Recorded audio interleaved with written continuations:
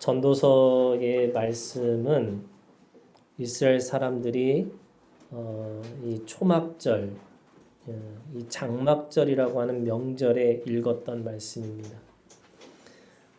이 초막절은 이스라엘 사람들에게는요, 하나님이 주신 모든 수확을 풍성한 그 재산을 하나님 앞에 감사하고 즐거워할 수 있는 그런 절기라고 할 수 있습니다.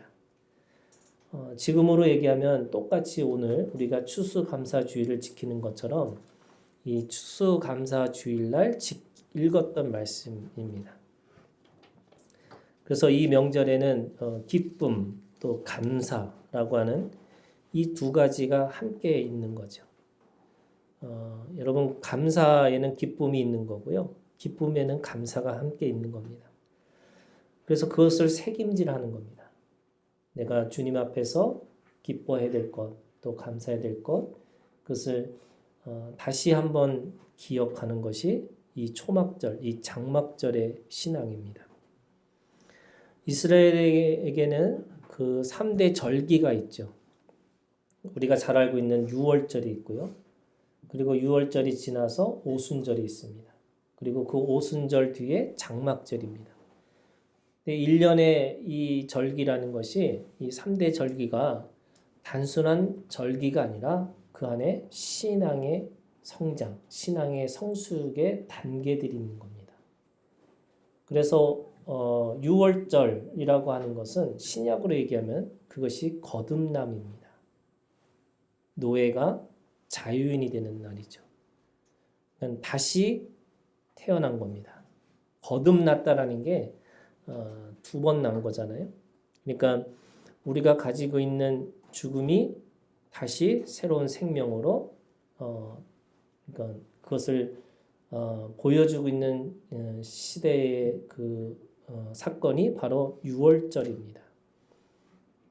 유월이라는 게 패스오버잖아요. 이게 넘어갔다는 겁니다. 우리가 살았던 인생이 그거를 한 단계 넘어간 거죠. 또는 우리가 가지고 있는 이 죽음의 세계에서 살아가는 영원한 생명의 세계로 한 단계 넘어간 겁니다. 그렇게 넘어가면 오순절의 절기가 옵니다. 근데 그 오순절의 절기는 구약에서는 그게 잘 이해가 되지 않지만 신약의 오순절 다락방입니다. 다시 말해서 성령 충만의 날입니다.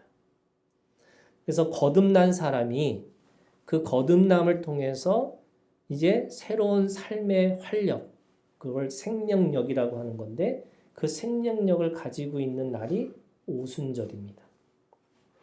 그 오순절이 지나면 장막절이 오는데 그 성령의 충만을 통해서 이게 생명이 주체를 못하는 거예요. 여러분, 내 안에 예수 그리스도가 들어온 사람, 성령이 들어온 사람은 그거를 주체를 못해서 어떻게 하냐면 생명력으로 생명을 낳을 수밖에 없다는 겁니다. 그것이 생명의 결실, 생명의 열매, 성령의 열매죠. 장막절은 그 성령의 열매를 수확한 걸 가지고 기뻐하고 감사하는 겁니다. 그런 의미에서 유월절, 오순절, 장막절, 그 장막절에 읽었던 말씀이 오늘 전도서 말씀인 거예요. 여러분, 추수감사주일, 우리가 11월 셋째 주를 우리가 추수감사주일을 지키는 건데 이것은 미국 기독교의 전통입니다. 그러니까 성경도 아니고 뭐 한국적인 것도 아닌 겁니다. 그러니까 이 청교도들이 신앙의 자유를 위해서 신대륙으로 가서 그 신대륙에서 첫 번째 수확물을 얻은 것에 대해서 감사하는 날이 추수감사주일입니다. 그럼에도 불구하고 우리가 왜 이 전통을 지키느냐? 사실은 우리가 생각해 보면 추석날 그걸 해야 되는 건데 그거를 우리는 기독교적인 전통에 따라서 그냥 미국 기독교의 전통, 이 추수감사주일을 지키고 있는 겁니다. 근데 이것은 구약의 장막절과 같은 거죠. 그러니까 그 장막절에 읽었던 말씀을 우리가 다시 한번 도대체 이 말씀이 도대체 어떤 의미인지를 다시 한번 생각해 보는 겁니다. 단순한 이 수확, 단순한 그 풍성한 그 열매를 통해서 하나님 앞에 감사하는 것이 아니고, 이게 똑같이 얘기했죠. 영적인 열매들입니다. 또 영적인 우리가 가지고 있는 풍성함과 부유함을 얘기하고 있는 겁니다. 똑같이 그러면 이 추수감사주일에도 엄밀히 따지면 2020년 우리가 살아왔던 것에 대한 결과물로 우리가 하나님 앞에 감사해야 되는 건데, 그 감사도 사실은 영적인 것이 되는 거죠. 왜냐하면 이 모든 이것들은 영적인 성장과 성숙에 관련돼 있다라고 말씀하고 있기 때문에 그렇습니다. 자, 전도서를 우리 한번 볼까요? 여러분, 전도서 1장부터 10장까지는요, 서론과 같은 겁니다. 그러면 11장, 10장까지의 서론이고, 그 다음에 12장은 결론이죠. 그러면 우리가 읽은 이 11장은 이 전도서의 전체의 주제라고 할 수 있습니다. 그러니까 뭐 하고 살아야 되느냐? 이게 11장에 나온다는 거죠. 자, 그러면 전도서의 이 드러난 주제가 뭘까? 그게 전도서 1장 2절에 있는 말씀입니다. 여러분, 전도서 1장 2절 우리 한번 다 같이 함께 읽겠습니다. 전도자가 이르되 헛되고 헛되며 헛되고 헛되니 모든 것이 헛되도다. 여러분, 이게 상상이 되시나요? 수확의 풍성한 수확날, 어떻게 보면 잔칫날이죠. 모든 농사를 짓고 나서 모든 수확물들을 가지고 와가지고 읽었던 말씀이에요. 이게 여러분 어떤 느낌이 오세요? 그러니까 잔칫날, 이 찬물을 끼얹는 느낌입니다. 그런 거잖아요, 여러분. 지금 앞에 이렇게 진열을 해놨잖아요. 여러분 보이세요? 여기다 이제 상을 놓고서 이렇게 위에다가 쌓는다 그래서 제가 제사 지내는 느낌이 있어서 하지 말라고 그랬어요. 밑에 바닥에 이렇게 했어요. 근데 이렇게 쌓는 거 다 쌓아놓고서는 뭐라고 얘기했어요? 헛되고 헛되도다. 이렇게 헛되고 헛되도다 이렇게 얘기하고 있는 겁니다. 잔칫날 와가지고 이거 뭐 의미 없어 뭐 이렇게 얘기하는 느낌이죠. 근데 이 헛되다는 게 몇 가지가 나옵니까? 여러분 2절에 몇 번 나와요? 5번 나옵니다. 전도자가 이르되 헛되고 헛되며 헛되고 헛되니 모든 것이 헛되도다. 여러분 이 믿음이 있으시기를 주님의 이름으로 축복합니다. 헛됩니다. 그러면 이 헛된 5가지 헛됨이 뭘까? 이 전도서에서 5가지를 헛되다고 설명합니다. 그게 1장부터 10장까지의 설명이에요. 자, 첫 번째 뭐가 헛되냐? 새 것이 헛되다는 거예요. 우리가 new잖아요. new. 새로운 것들이 헛되다는 거예요. 왜 헛되냐면 해 아래 새 것이 없어요. 다 있었던 거예요. 그러니까 뭐 새 거, new라고 하는 새로운 거 또는 뭐 이게 뭔가 뭔가 뭐 사람들한테 못 보던 거 뭐 이런 거지만 해 아래 새 것이 없다. 그렇기 때문에 새로운 거 헛되다. 이렇게 얘기합니다. 두 번째는요. 지혜도 헛되다는 거예요. 지혜도 헛되다. 왜냐하면 지혜를 통해서 뭔가 바꿀 수 있을 거라고 생각했는데 바꿀 수 없다는 거예요. 그래서 헛되다는 거예요. 이게 여러분 지혜라는 게 뭐냐면 뭔가 이 과거와 현재를 통해서 미래를 내다볼 수 있어서 뭔가 준비하는 게 지혜거든요. 그런데 지혜도 뭔가를 해봤는데 그거 바꾸냐? 못 바꾼다는 거예요. 똑같다는 거예요. 세 번째는 수고도 무의미하다는 거예요. 수고도 헛되다. 내가 열심히 뭔가를 노력하고 했다는 것도 했는데 아무리 해봐도 뭐라고 하냐면 소득이 없다는 거예요. 애쓰고 노력한 만큼의 뭐예요? 성과. 내가 노력을 100을 했으면 그 100의 성과가 있어야 되는데 성과가 없었다는 거예요. 소득이 아무 의미가 없어요. 네 번째는요. 관계가 무의미하다는 거예요. 뭔가 사람들하고 이렇게 지내서 좋은 거를 다 뭔가 해보려고 했는데 뭐라고 했냐면 모두가 죽음으로 사라졌다는 거예요. 그러니까 관계 그 죽음으로 끝나는 거야 이런 거죠. 마지막으로는 재물입니다. 재물도 헛되다. 이 전도서에서 말하는 이 재물이 왜 헛되느냐는 설명을 들어보니까 세 가지가 있다는 거예요. 이 재물이 왜 헛되냐? 재물은 근심과 질병과 분노만 남기 때문에 이 재물도 헛되다. 이렇게 얘기합니다. 재물도 헛되다. 그러면 헛되다. 자, 뭐예요? 새 것도 헛되고 지혜도 헛되고 수고도 헛되고 관계도 헛되고 재물도 헛되다. 이 5가지의 헛됨에 대해서 쭉 얘기해요. 그럼 아무런 의미가 없는 거냐? 제가 10장까지가 서론이고 12장이 결론이라고 그랬잖아요. 그럼 결론이 뭐라고 얘기냐? 12장 13절 14절. 자, 이게 결론입니다. 자, 12장 13절 14절 우리 한 목소리로 함께 읽겠습니다. 이래 결국을 다 들었으니 하나님을 경외하고 그의 명령들을 지킬지어다. 이것이 모든 사람의 본분이니라. 하나님은 모든 행위와 모든 은밀한 일을 선악간에 심판하시리라. 자, 요 말씀에는요. 인생의 지혜가 있습니다. 이 말씀 안에 인생의 지식, 생명 지식이 4가지가 있어요. 그러니까 요 4가지 생명 지식을 깨닫고 살아가라는 거예요. 근데 엄밀히 따지면 이걸 믿는 사람들이라고 할 수 있지만 모든 사람들이라고 얘기할 수 있어요. 그래서 제가 이거를 어떻게 보면은 이 말씀 자체를 생명 지식이라고 하는 모든 사람들에게 필요한 그런 지식으로 제가 이렇게 좀 바꿨어요. 여러분, 요 4가지를 우리가 함께 봤으면 좋겠어요. 첫 번째가 뭐냐? 13절에 보시면 일의 결국을 다 들었으니 라고 그랬잖아요.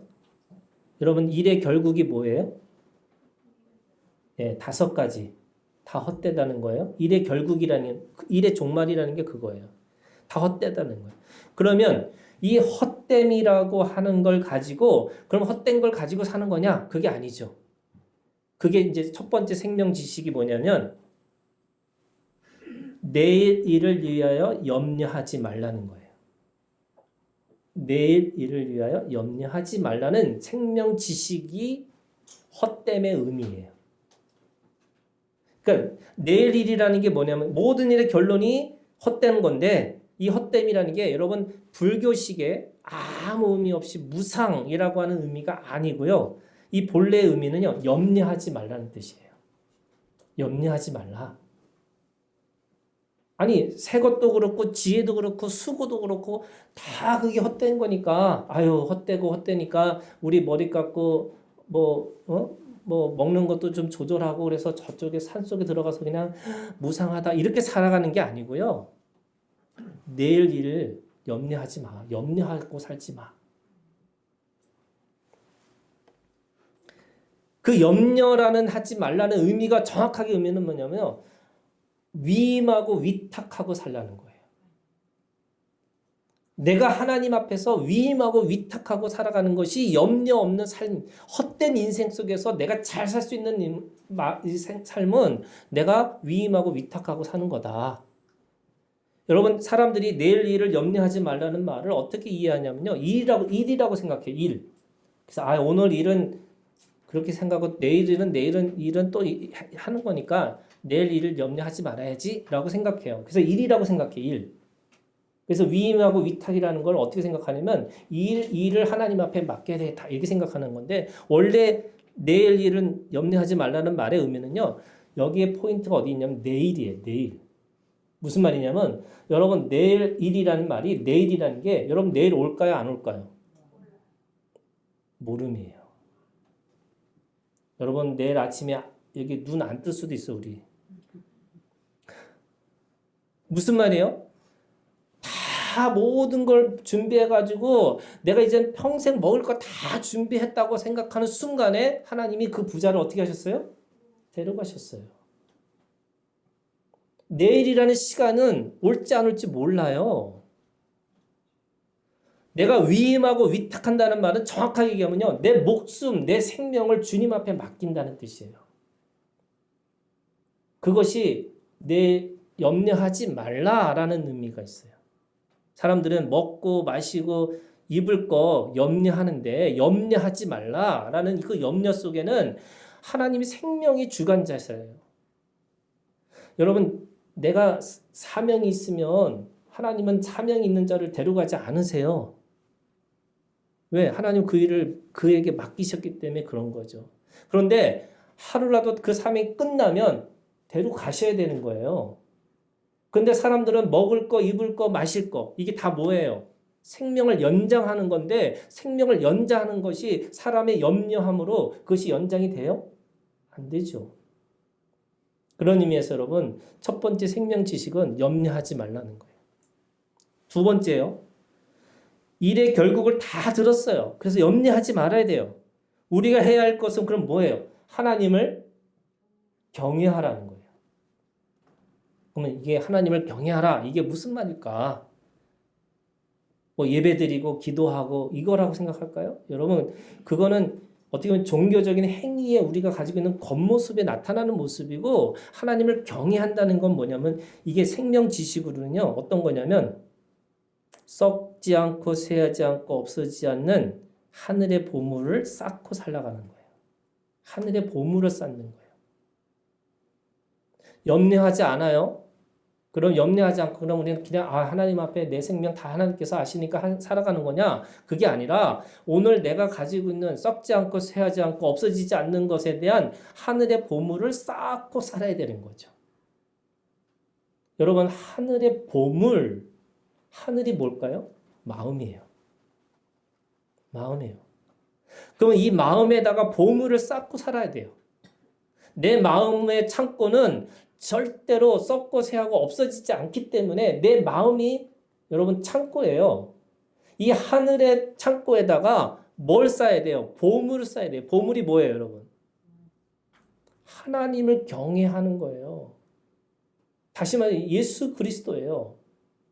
그거를 내가 계속해서 그거를 어떻게 보면은 하나님이 계실 수 있도록 하나님이 어떻게 어떤 마음을 가지고 계시는지를 계속 우리가 들여다보고 살아가는 거예요.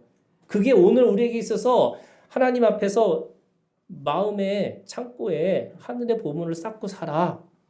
내가 할 일은 하나님을 경외함이라는 게 그런 뜻이라는 거예요. 그럼 이걸 세상적으로 얘기하면 이런 거예요, 여러분. 이게 뭐 좀 다르게 얘기하면 마음 공부하셔야 돼요.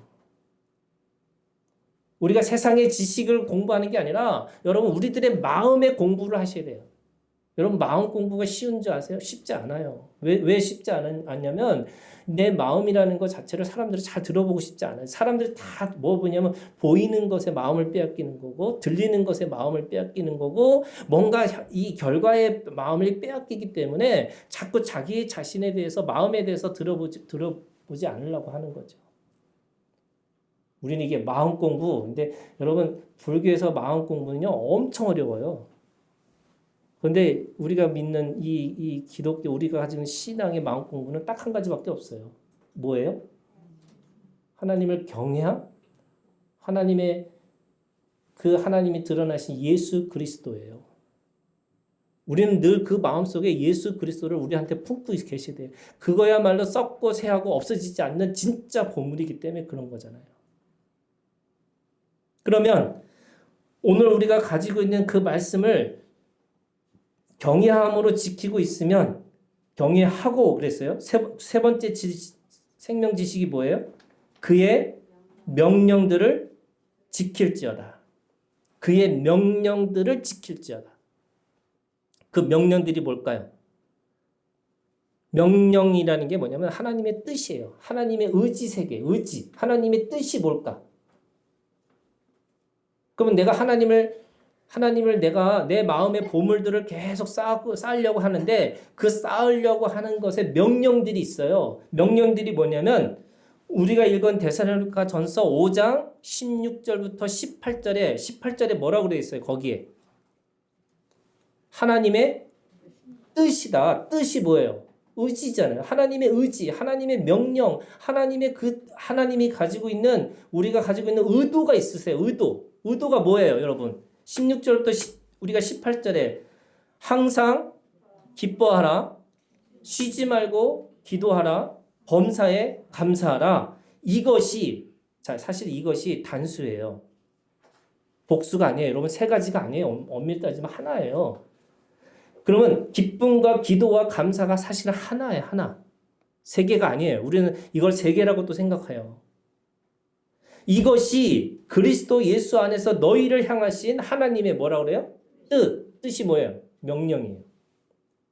여러분, 오늘 하나님께서 우리에게 주신 명령이 뭐냐면 기뻐하고 기도하고 감사하라는 거예요. 그러면 여러분, 기쁨이 뭐예요? 이건 내면이에요. 내면에 흐르고 있는 마음이에요.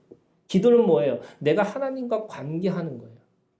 감사는 뭐예요? 사람하고 관계하는 거예요. 근데 이것이 하나예요. 기쁨이 있는 사람이 하나님 앞에 기도하고 하나님하고 관계하고 하나님과 관계하는 사람들의 관계 속에서 뭐가 나오냐면 감사가 나온다는 거예요. 그러면 이 명령들을 지키고 살라는 거죠. 그럼 무슨 말이냐면 정확하게 얘기하면요. 감사하고 살라는 거예요. 세상 사람들에게 의미가 없어요. 무의미해요. 헛되고 헛됐어요. 그래서 맨날 헛되다고 해서 한숨 쉬고 그래 인생 별거 있겠어. 아무것도 없어. 이거 하지 말고 내면의 기쁨, 내 입술로 감사, 그리고 주님하고 늘 관계하면서 이걸 통해서 하나님 앞에서 하나님의 명령들을 지키고 살라고 말씀하고 있는 거죠. 그럼 우리 입술에서 뭐예요? 감사가 끊이지 않으셔야 돼요. 여러분 감사하셔야 돼요. 우리가 그 인생을 살아가는 어떻게 보면 그 지식, 생명 지식은 우리 입술로 감사가 나와야 된다는 거죠. 마지막으로는요. 뭐라고 얘기하냐면 결국 마지막에 이 전도서 12장 마지막 말씀이 우리한테 뭐라고 그러냐면 하나님은 모든 행위와 모든 은밀한 일을 선악간에 심판하시리라. 이 마지막 생명 지식이 뭐냐면 심판의 시간이 온다는 거예요. 그러면 심판이 뭘 심판하실까요?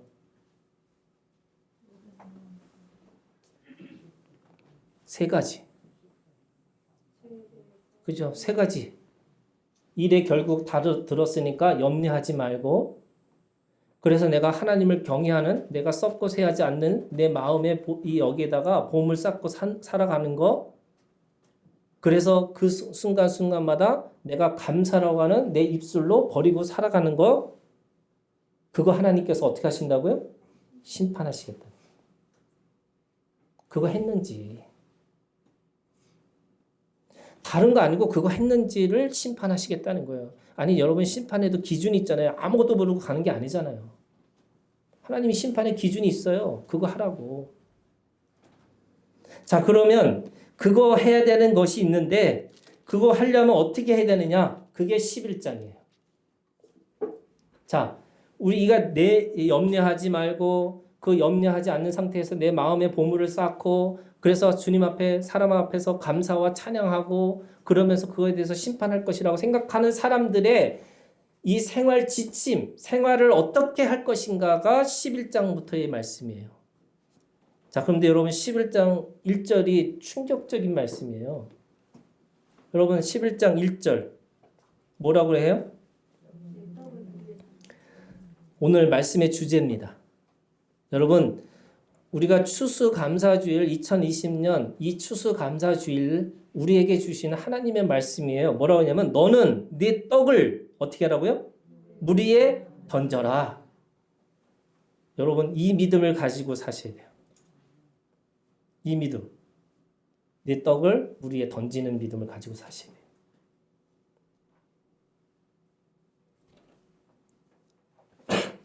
이게 무슨 말인지 잘 모르시겠죠?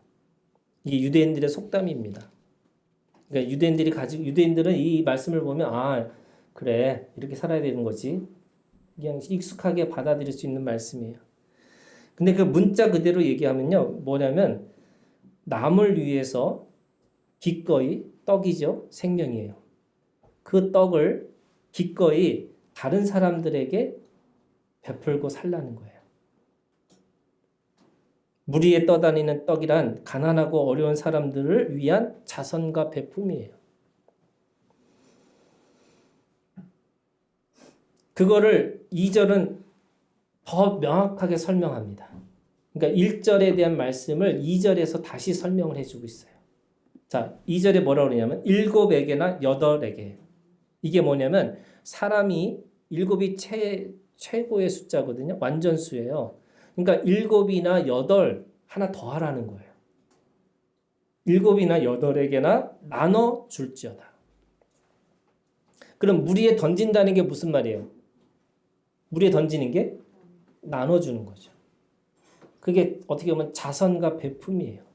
그 자선과 베품으로 살라는 거예요. 어떻게? 최대치로.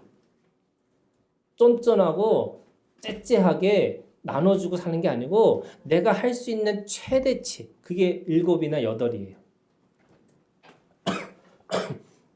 7이나 8에까지 나눠주라 이렇게 하는 거예요. 그게 뭐냐면 1절에 도로 찾는 방법이고 2절에 그것이 재앙을 준비하는 사람들의 마음의 태도라는 거예요. 여러분 1절과 2절을 정확하게 얘기하면 그냥 요즘 말로 바꾸면요. 여러분 오지랖 넓게 자선을 베풀고 사시라는 거예요. 아멘. 네. 여러분 이게 우리가 가지고 있는 인생의 어떻게 보면 삶의 적용이에요. 가능하면 오지랖 넓게 자선을 베풀고 살 수 있도록 해봐라.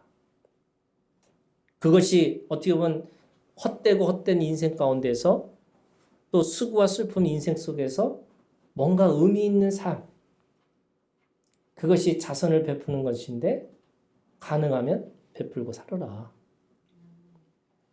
그런데 3절, 4절에 있는 말씀을 보세요.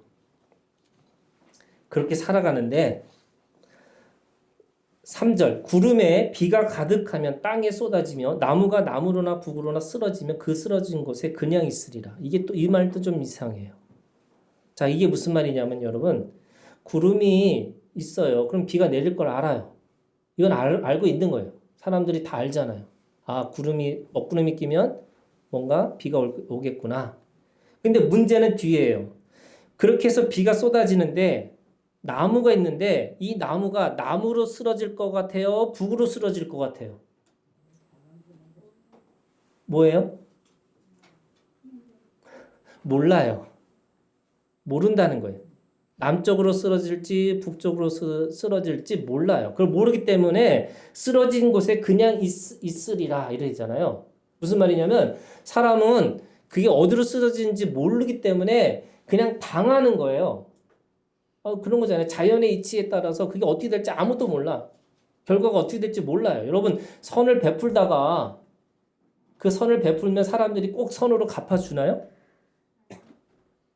99% 대부분 원수와 그죠? 이 배신자와 배반자들이 있잖아요. 그게 무슨 말이냐? 남쪽으로 쓰러질지 북쪽으로 쓰러질지 모른다는 뜻이에요. 그러면 아무것도 할 수 없는 거잖아요. 그랬더니 뭐라고 그래요? 4절. 풍세를 살펴보는 자는 파종하지 못할 것이고 구름만 바라보는 자는 거두지 못하리라. 자, 이 말씀이 무슨 뜻이에요, 여러분? 4절이. 하라는 거예요? 하지 말라는 거예요? 하라는 거예요.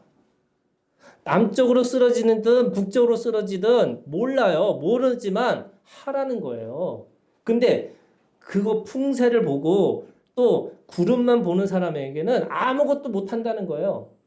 야, 그거 어느 쪽으로 쓰러질지 몰라. 모르니까 가만히 있어. 그러니까 가만히 있는 거예요. 그래서 아무것도 못해.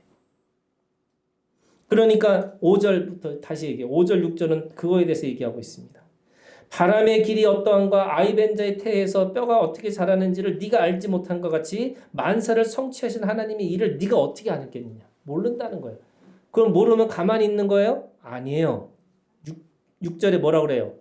너는 아침에 씨를 뿌리고 저녁에도 손을 놓지 말라. 씨를 뿌리라는 거예요. 씨를 뿌리면 좋은 땅에 떨어진 것은 30배, 60배, 100배에 갈 거고 그것이 다른 단단한 땅에 떨어지는 것은 그것은 누가 와서 먹든지 엉켜키가 해가지고 하든지 줄기가 막히든지 뿌리가 막히든지 뭐가 막힐 수밖에 없는 건데 좋은 땅에 떨어진 씨가 있을 거라는 거예요. 씨를 뿌리고 물을 주는 건 우리의 부담성이고, 그죠? 자라게 하시는 건 누구예요? 하나님이에요.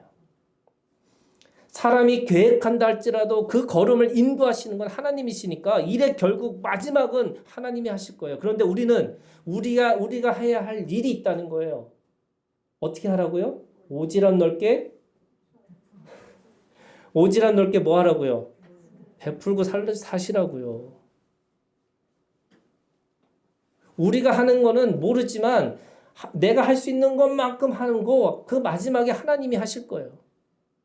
여러분 이거는 우리가 가지고 있는 신비가 있어요, 여러분. 우리는 그냥 어떻게 보면 지나가는 말로 한마디 했지만 그것이 그 사람에게 생명을 일으키는 말씀도 될 수 있어요.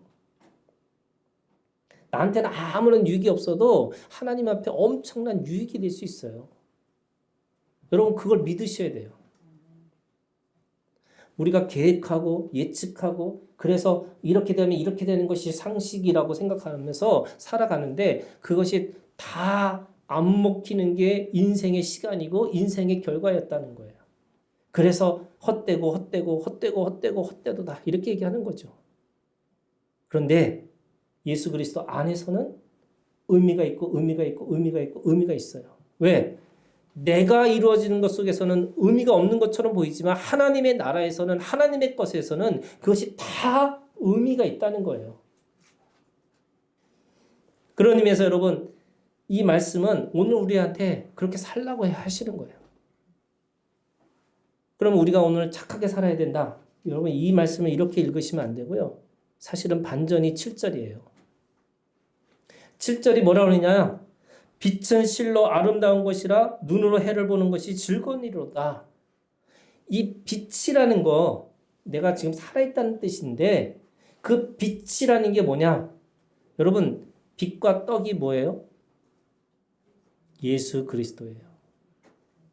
예수 그리스도예요. 나는 생명의 뭐라고요? 양식, 떡이라고 그래요. 나는 모든 어둠 가운데서 오신 빛이라고 말씀하세요. 그러면 전도서에 있는 이 말씀을 사람들은 인생의 지혜로 내가 베풀 만큼 베풀고 살아야지 라고 적용할 수 있지만 오늘 우리에게 있어서는요. 여러분 떡이 생명이잖아요. 빛이 생명이에요. 그러면 떡을 물 위에 던지라는 게 뭐냐면 오늘 우리가 가지고 있는 진짜 생명이 뭐예요? 예수예요. 여러분 가장 귀한 게 뭐예요? 여러분 재물 아니에요. 우리에게 가장 귀한 게 뭐예요? 예수예요. 그거를 위해서 다른 사람들에게 오늘 우리가 가지고 있는 것을 전하고 살아야 되는 거죠.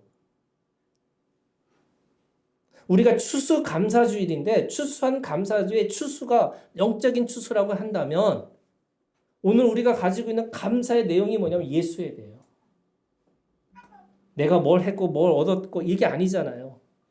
그러면 오늘 가지고 있는 이게 뭐냐면 떡은 예수라고 하면 물이 뭐였냐면 물은 두 가지 의미가 있어요. 물은 죽음의 길이에요. 이 죽음이라고 하는 물이라는 상징이 있어요. 그러면 그 물이 죽음이지만 또 물은 뭐예요? 생명이에요. 예수가 어떤 사람에게는 죽음으로 오고 어떤 사람에게는 그 생명으로 오는데 왜 죽어요? 죄가 죽는 거죠. 또 어떤 사람에게는 다시 살아나요. 왜? 하나님의 생명의 씨는 하나님으로부터 하나님의 그것이 불이 뜨 일어나게 하시는 게 그 생명의 능력이에요. 그러면 오늘 우리가 이 1절을 이렇게 해요. 네 떡을 예수를 생명과 죽음 위에 던지라는 거예요. 그래서 그거를 2절에 얘기하면 7에게 8개나 내가 가지고 있는 모든 관계들 속에서 그 예수의 떡, 예수의 빛을 나눠주고 살라는 거예요. 그래야지만 오늘 우리가 가지고 있는 생명, 절대 감사, 그 생명을 우리가 전하고 살아갈 수 있는 거죠. 여러분 세상 사람들은 상황 감사를 해요. 이걸 뭐라면 조건 감사라고 그래요. 2020년 생각해서 이거 이렇게 해서 하나님께서 나한테 이렇게 부어주셨네? 감사하다. 이거는 세상 사람들이 하는 감사예요. 근데 여러분 그거 자꾸 옆에 있는 사람들한테 나 이렇게 해서 감사하고 이렇게 감사하고 이렇게 감사하고 그러면 듣다 보면 나중에 열받아요. 왜? 왜 하나님은 쟤만 사랑하지? 나는 왜 사랑 안 하고? 왜 쟤는 저런 것만 주셨지? 난 안 주고? 뭐 이렇게 생각하는 여러분 이게 조건 감사라는 게 그런 거예요. 이거보다 조금 나은 게 종교인의 감사인데 종교인의 감사는 뭐냐면 비교 감사예요. 여러분 비교 감사가 이 누가복음 18장 11절에 바리새인의 기도거든요. 바리새인은 서서 따로 기도하며 이르되 하나님이여 나는 다른 사람들 곧 토색, 불의, 간음을 하는 자들과 같지 아니하고 이 세리와도 같지 아니함을 감사하나이다. 나는 일에 2번씩 금식을 하고 또 소득의 11조를 드리나이다. 이게 무슨 감사예요? 이게 비교 감사예요. 내가 저 사람보다 좀 나아서 하나님 감사합니다. 내가 좀 더 하나님 앞에 기도하고 예배해서 감사합니다. 이게 어떻게 보면 비교한 거죠. 근데 우리의 감사는 무슨 감사라고요? 여러분 절대 감사예요. 절대 감사. 이 절대라는 말이 무슨 말이냐면요. 내가 어떤 것 속에서 무엇이든지가 아니라 그 절대라는 게 하나님 앞에서 하는 감사라는 거예요. 물은 세상이고 물은 죽음이라고 한다면 동시에 물은 근원이고 물은 생명인데 그 물 위에 생명의 떡이신 예수 그리스도가 운행하고 계시는 거예요. 그러면 세상을 향해서 죽음을 향해서 우리는 예수 그리스도의 절대 감사를 뭐하냐? 던지고 사셔야 돼요. 생명의 근원과 생명을 향해서 생명의 주권자이신 예수 그리스도의 절대 감사를 우리가 그렇게 말로 사람들에게 그렇게 선포하고 간증하고 증언하고 살아야 되는 거죠. 다른 사람들이 듣든지 말든지 우리 영혼을 향해서도 우리가 스스로 우리를 불쌍히 여기시고 우리 마음에 자정하여 주시옵소서라고 하는 그 기도의 마음을 가지고 우리가 감사하고 살아가는 겁니다. 여러분, 우리가 가지고 있는 이 절대 감사에는 그러나의 기쁨이 있습니다. 그러나의 기쁨. 여러분, 2020년 잘 지내셨어요? 어떻게 보면 죽을 맛이었죠. 모이기도 힘들고, 또 어떤 사람들은 너무너무 막 최악의 시간을 우리가 겪고 살아갈 수밖에 없는 이 시간입니다. 시대적이든 정치적이든 또 모든 사람들이 이 마음이 어떻게 보면 안정되지 못하는 그런 상황에 있는 거죠.